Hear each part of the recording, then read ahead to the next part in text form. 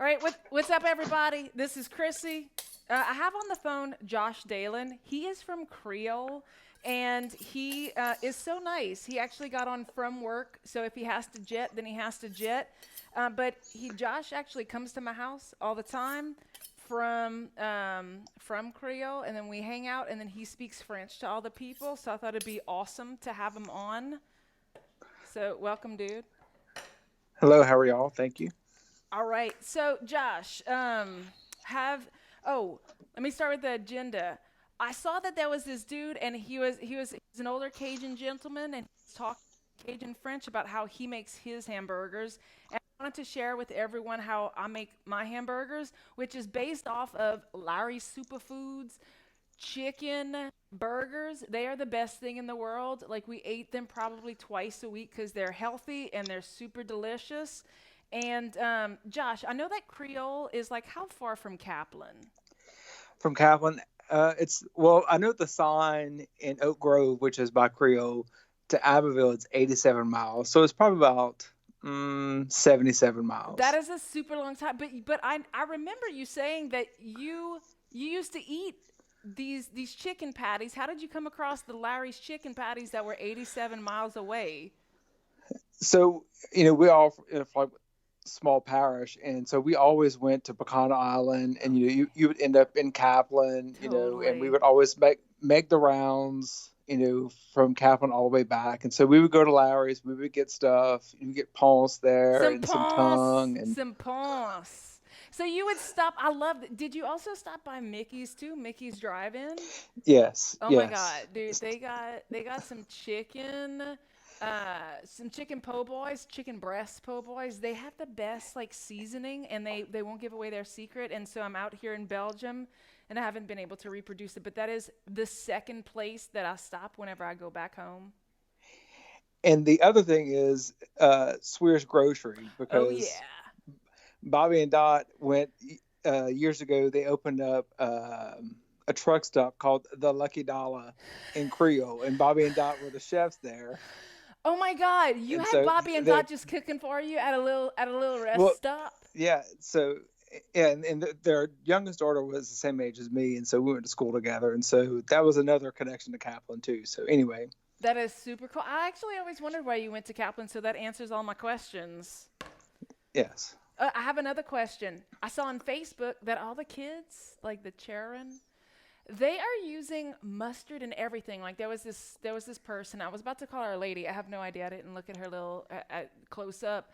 But there was someone on the Gulf Gods Recipes Facebook group that I love. She had put some. She was making some rabbit, and I was like, "Oh my God, it looks so good, and it's so dark. How did you get that?" And she said that she was using mustard, and I figured that I just left America and I wasn't up on like the trends. Are you using mustard in Creole slash Lafayette? No, not for burgers, but for like fish fries, yes. Yeah. Like I'll like use mustard on the fish before I put them in the flour. What else do you use mustard in? Because it seems like people are using mustard on like meat, like rabbit meat, some lapin. Well, so I know that you can use it on like wild meats, and it'll help like get that Oh, wild gamey flavor out. I But did not know that. Maybe that was just a tip that I didn't know, because that makes sense since it's rabbit. yeah, All right. So, I am gonna start with the cooking because Lou's hungry, and oh, I got some of that Belgian beef. Let me show the audience right here.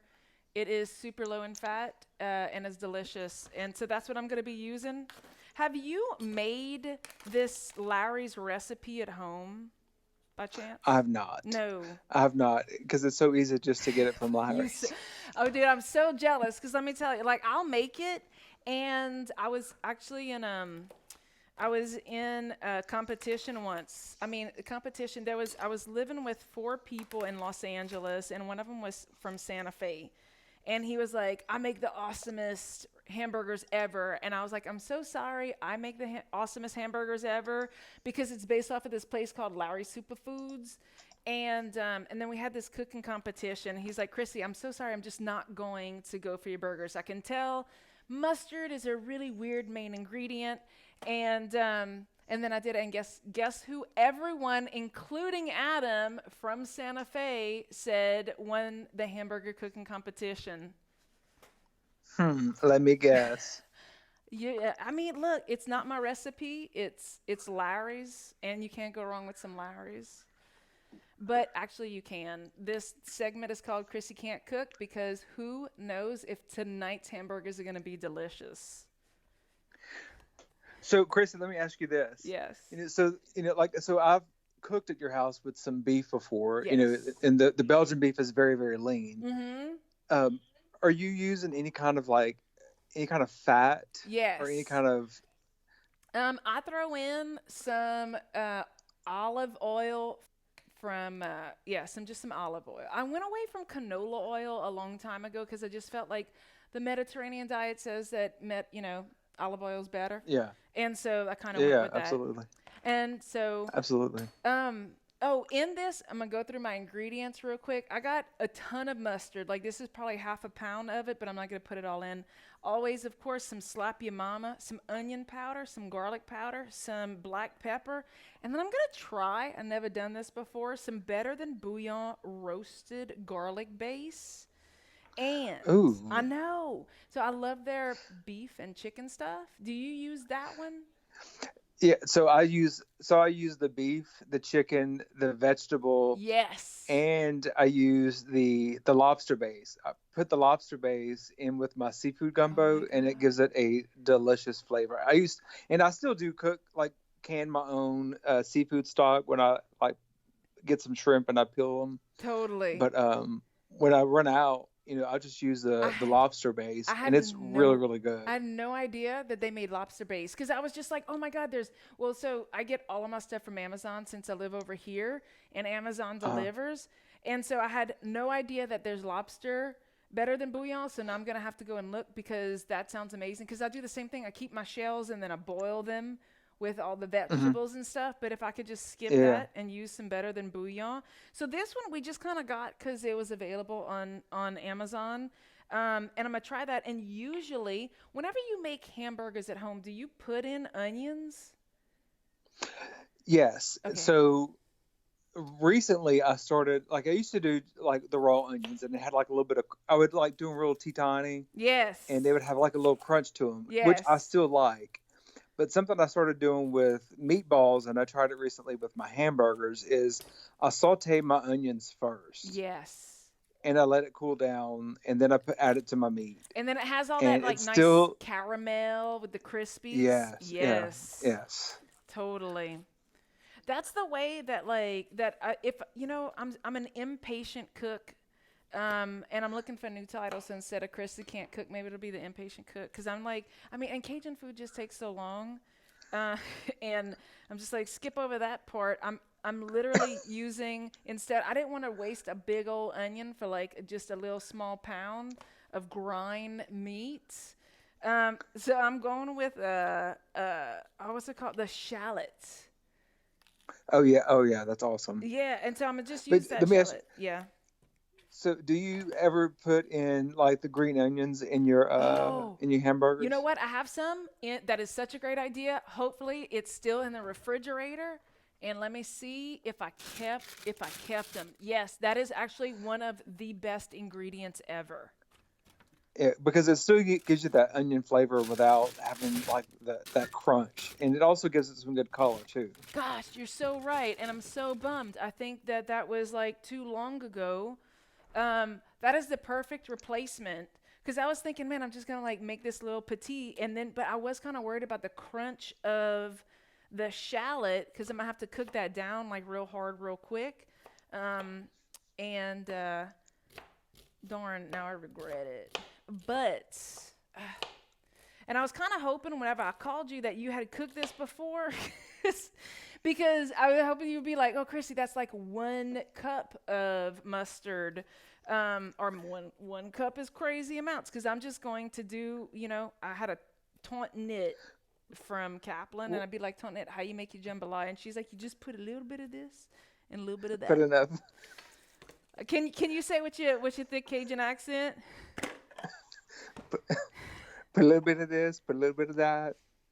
But Make your little pass. make your little pass. Exactly. When I call my mama and I ask her how, so my mama makes the best uh, salad dressing, and I can never recreate it. And so every time I call her, I'm like, okay, mama, how much I gotta put? And she said, Oh. well, I make one pass with my salt, and I make two passes with my garlic. Oh my God, I know exactly what she's talking about. Hold on, I'm gonna do that on screen. I didn't know what to call it. I'm gonna add this to my repertoire, Josh. That is awesome. I know exactly what And she's then talking about. A little and then she pass. further qualifies it with a heavy hand pass or just a light hand pass. So it depends on like the tilt of I know the exactly ingredients that she's pouring. what she's talking about. Oh my God, let me get all of this off the table. I think as I grew up, my sensitivity to this stuff got like real bad, and I cry every time on screen. Oh my God, maybe if I was an actor, I could just use this, but I'm crying right now. You can't see, but let's see. It's just all up in my eyes. All right, so what I'm gonna do is I'm gonna show y'all what a pass is. Okay, I love it because it's so true. This is a pass. So here we go. And maybe I could, there. So we're closer up on the pot. All right, this is a pass of garlic powder. You see, it's not like too heavy. This is a medium pass. I like that we got some quantifications here. Now, I'm going to do, this is some onion powder, which I just like the taste. But my mom never used it, so I'm always reticent. So I just put a light little pass. Now, I got some coarse ground black pepper.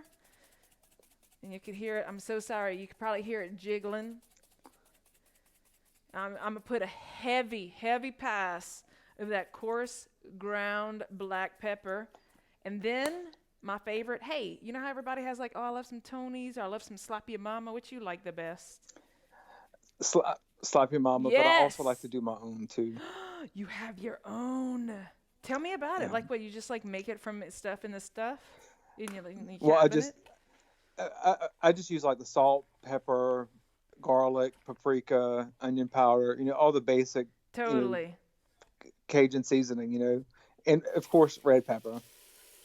Ooh, some red pepper. So I like, man, I sometimes I drop the pepper with that red pepper and then it nauseates me and I can't even eat. And so I try to avoid using it. Except, you know what I use, Josh? Some red pepper flakes. Only from McCormick. Yes, I do use that as well. Yes. So if you use the McCormick, then it's not so strong. Well, and I also, I'll grow peppers every year, and so I'll have some frozen, and I have some in my freezer that are like 2 years old that are so hot. Oh. That I have just put like a half of one in a dish, and it almost overpowers it. It's so hot, but they're so good. It is. I like that. It's true. But yeah, it's also so hard to balance what my It is. what my coworkers always trip out about whenever I bring food to them. They're like, "Oh, your Cajun is going to be super hot." And I'm like, "No, it's seasoned." And then they're like, "Oh, wow. I didn't taste that spice until I swallowed." And then I'm super proud because that means that I spiced it to the degree that I like, which is after the fact. So yes, based off of what you said, dude, I just added some crushed red pepper. And then after I add the Better Than Bouillon garlic, which is all new, who knows, it might be like real nasty because you don't want to work your meat too much because it'll make it kind of, oh, hey, this is nice. So if y'all see, it's very liquidy. Oh, I recommend this, man. I wasn't recommending it before because we didn't really taste. Okay, so sorry. I recommend it based on the texture. So this is good. And then what I'm gonna do? I'm so excited that you joined me, Josh. Josh was actually here for Thanksgiving last year, so it's been about a year since I've seen you. Yes, it was. It was around this time. I was thinking that this morning, actually yesterday morning, with how cold it was, because I had to break out all my winter clothes, and I was like, "Oh, I ain't wore this since last year." Oh my God, over here, it's not too horrible right now. From what I read on the news, y'all got it a lot worse. Yes. So it's pretty bad right now. Ooh, hey, whenever you make hamburgers, do you throw in an egg? I do, and sometimes I use breadcrumbs, but sometimes I just use like some grind up saltines. Oh, you know what? I think It that depends on what I have, you, just to kind of like hold everything together. I love that. So do you do eggs and saltines or just eggs? It all depends on what I feel like that day. Yeah. How you feeling I today? mean, Because I think that I think I I could do both.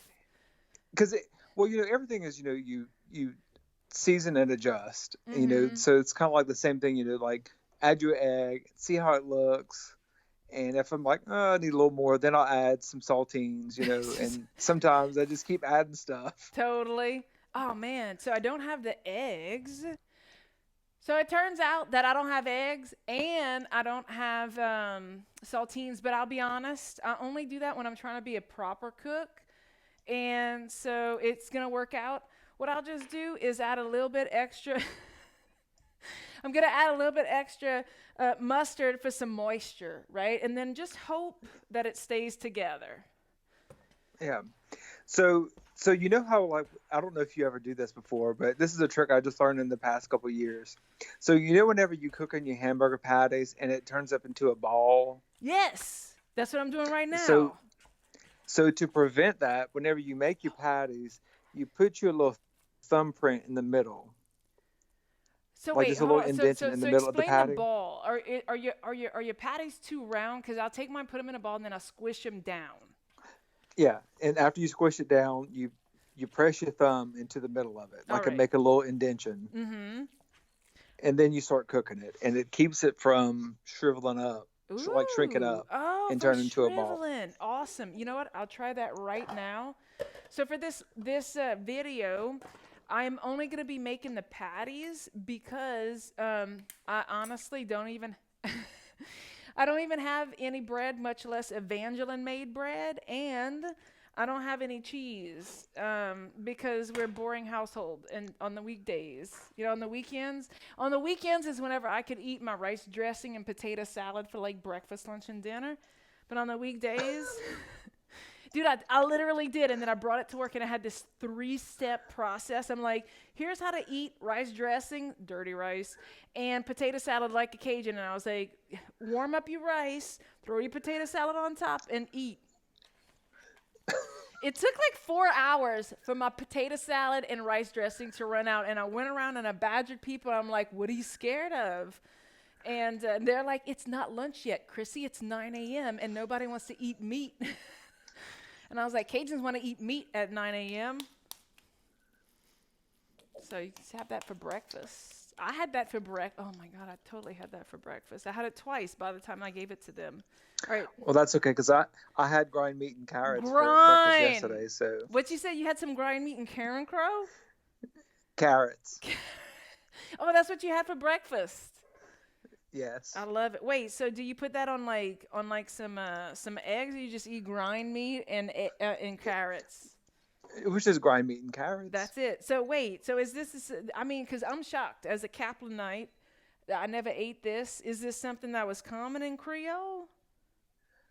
Yes, Really? So you like just you cook grind meats and then add a few cans of carrots and no you like smother it. for breakfast though. Well, no, it was leftovers. I ate it. Oh, all It was right, all my right. dinner the night before, but it was my Totally. leftovers, Okay, and I do know I that had dish. no problem eating it. No problem eating that for breakfast. For breakfast, lunch, dinner. Yeah, I actually ate that until Tuesday. So I cooked it on a Sunday, ate it till Tuesday, and I don't regret any of it. It was like Thanksgiving all week long. All right, I'm heating up that olive oil. Ooh, oh, dude, I'm so ridiculous. Thank God that it wasn't too hot. I just slapped it down. See, I'm always in a rush. And so, okay, I'm going to put 2, and then I'm gonna let that cook real quick. And then what I'm going to do is fast forward in YouTube, and then till the end. All right, so that smells like home. All right, so Josh was super nice to join, but he's no longer on the line. As you can see, my inability to add egg or or crackers or bread, it totally kind of fell apart. But I'll tell you what, it has been delicious to eat. I think that it'll still be good because I'm straight up, not even lying, eating this raw. This is actually meat prepared to be eaten raw, and I'll tear it up because it's so good. Thank you for watching. If you make, so this was a failure, but it was also like a win because it's super delicious. It just didn't like clump together right. So if you do make Larry's/Cajun superfood style hamburgers, what you're going to want to do is either add that egg or add crushed saltine chips. See you, ball.